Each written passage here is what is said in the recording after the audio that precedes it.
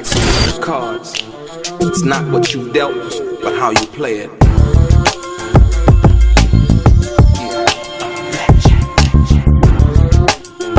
Play each situation correctly. I remember they used to laugh at a brother. Welcome back, guys. Welcome back. It's your boy Delray Richardson, platinum artist, platinum songwriter, Straight Game TV. Thank you for tuning in. I appreciate your time. Hit the thumbs up button. Subscribe to the channel. Tell a friend. But most importantly, if you want to be one of the first people notified when I drop some of this straight game, please do me a favor and hit that bell notification. Breaking news. Snoop Dogg has now acquired the catalog to Death Row. If you remember, it was the weekend right before the Super Bowl and that awesome performance that they did during the halftime show that they announced that Snoop had acquired the Death Row Records brand.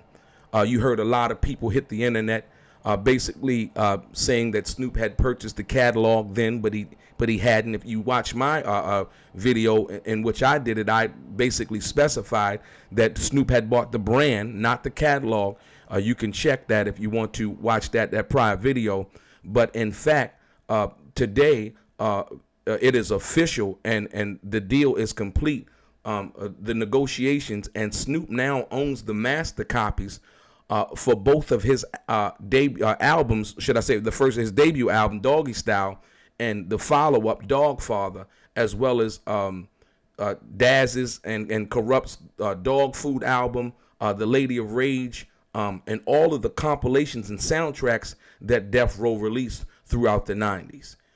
Basically, they didn't really disclose the terms of the deal, but what's so powerful is if you want to go back over, like, dealing with Murder Was the Case, as well as Murder Was the Case, the movie and the things that they had did when they did the Murder Was the Case soundtrack, right? Snoop now owns all of that. The Gridlock soundtrack, in which it does have some of Tupac's work on there. Like I said, Snoop now owns that. Basically, what it doesn't come with, the collection, the master copies in the deal that he just did. It does not come with Dr. Dre's The Chronic. Basically, is set to be returned to Snoop's longtime friend, sometime next year. It's a 30-year copyright thing that happens in the United States Copyright Office. Basically, after a certain amount of time, your copyrights and the rights revert back to you. And so, like I said, that will be going back to Dr. Dre. And under that's the reason why that happens. There's a copyright law. Also, people like George Clinton and a lot of other artists basically have received their rights back to their music.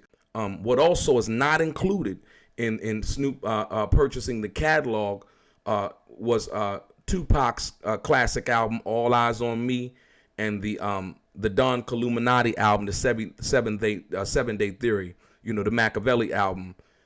They basically have reverted back to Amaru Entertainment and the Tupac estate. So for the people who are wondering, who owns Tupac's music, and like I said, once again, the All Eyez on Me and the Makaveli album is not included, as well as Dr. Dre's The Chronic is not included in this deal with Snoop basically acquiring the Death Row catalog. How powerful is that, man? How powerful is that? Snoop was just recently talking about how the first big piece of money that he had saw while he was on Death Row was basically when he had did the St. Eyez commercial. And like all of the drama and the headache and all of the rumors and things that surrounded, Snoop's business and affairs and things like that, dealing with Death Row, also with Daz and what he had to go through in order to retain everything that he did, and him fighting a good fight with that situation.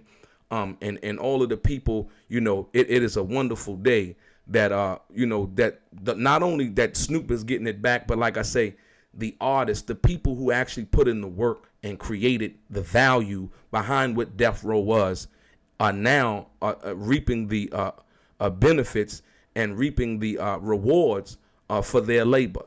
So for all of the drama, all of the not getting his publishing, all the not being paid what he was supposed to be paid at that particular time, now Snoop Dogg now owns what Suge Knight once controlled and basically moved with an iron fist at that particular time.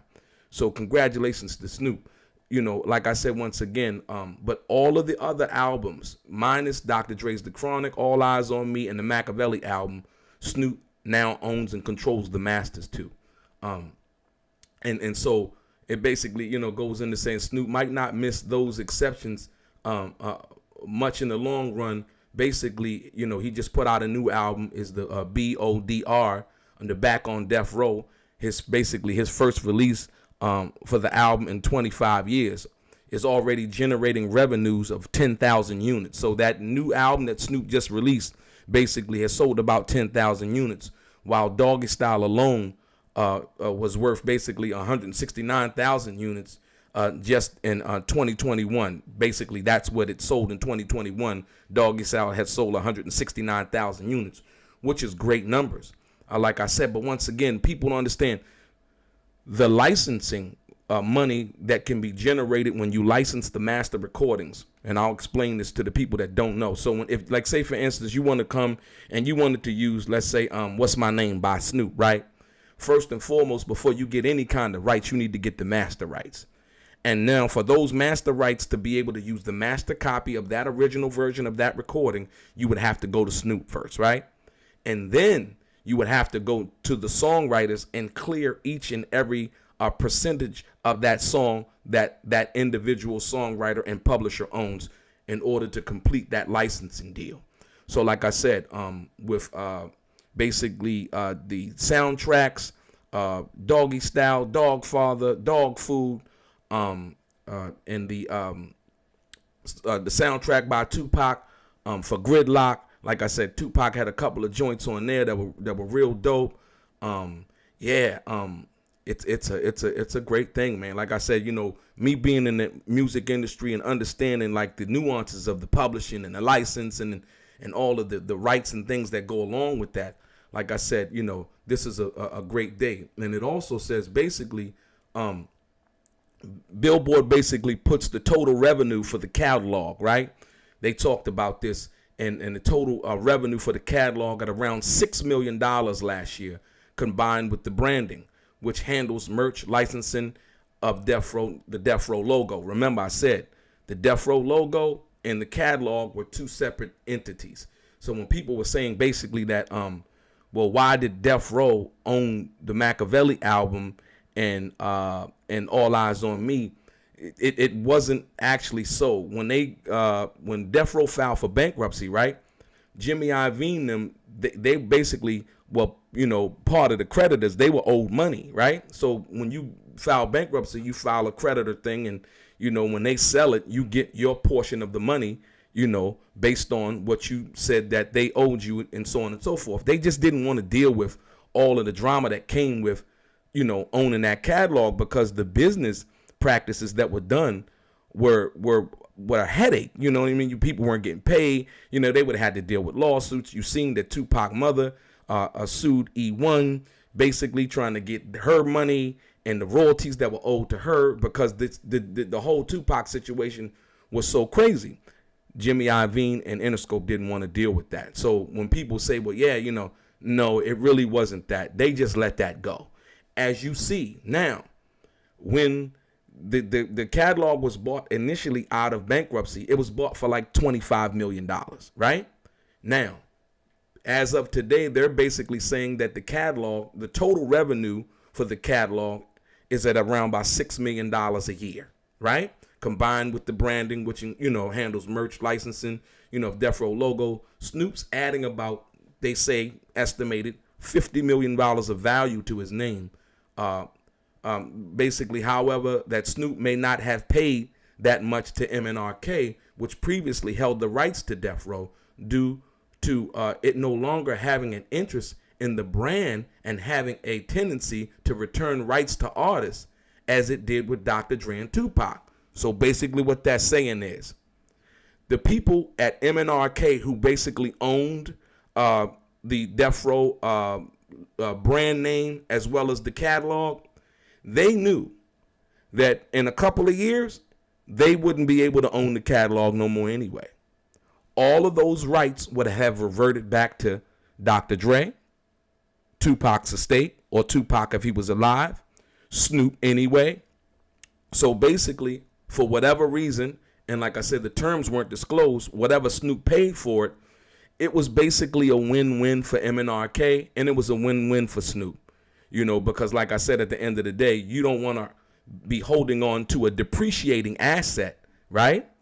As time goes on and you paid this much money, you want to basically say, hey, you know what? Let's do this deal, be done.